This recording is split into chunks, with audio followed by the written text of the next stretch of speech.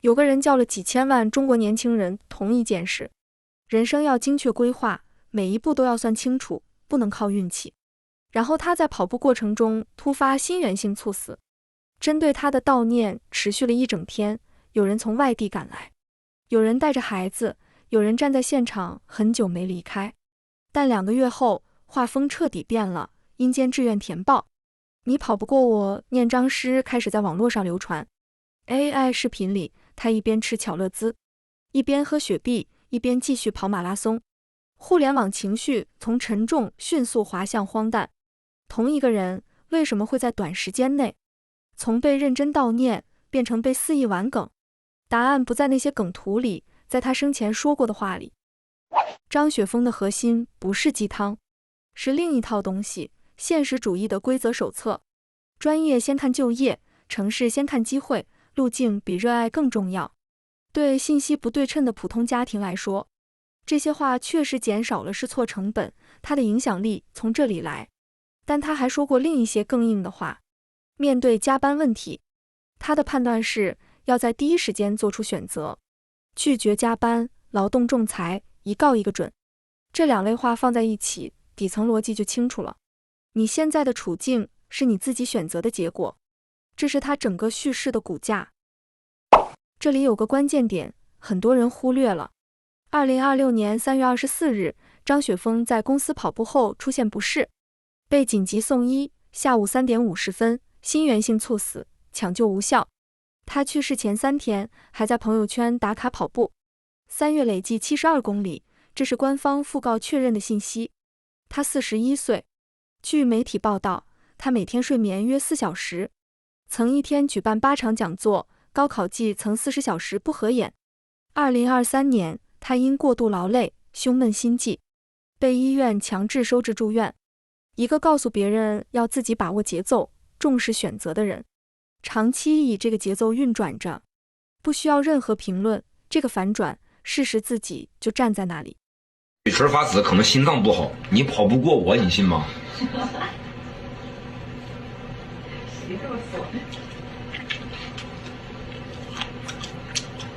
你跑不過我，你信嗎？我一個跑半馬的人，你說我心臟不好。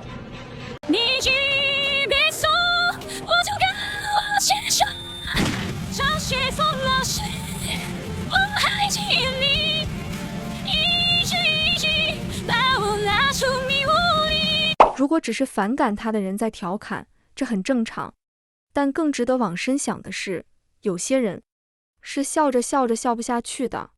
原因在这裡，他說的那套話不是他發明的。努力就有回報，失敗先檢討自己。忍耐是美德，停下來才叫懶。這是過去很多年整個環境一直在反覆說的東西。很多看着那些梗笑的人，自己也信過這套。他們早起加班，不敢休息，支撐自己繼續的，正是類似的邏輯。所以當這個反轉出現，被戳穿的不只是他的話，也是他們自己這幾年一直用來撐着自己的那套東西。荒誕是一種處理方式，當現實沉重到沒法正面討論，人會本能地把它變成笑話。但那些梗圖背後藏着一個沒人在評論區直接說出來的問題：把人生規劃到極致，把努力執行到極致，把規則遵守到極致，如果最後得到的依然不是想象中的終點，那這樣活值嗎？這不是一個人的問題，是同一套敘事在這個時代不斷被重複、被相信，然後被現實戳穿的結構。評論區沒有答案，只有梗圖在不斷流動。好啦，今天的故事就講到這裡。我是人類觀察員，這個頻道一直在做一件事，觀察普通人一旦有了影響力和權力會變成什麼樣。我不關心他們多成功，我只看一件事，他們怎麼對待別人，怎麼對待自己，怎麼對待這個世界。如果你也在觀察這些事，歡迎訂閱，也歡迎在評論區告訴我，你還想看哪些人，哪些事。我們下期見。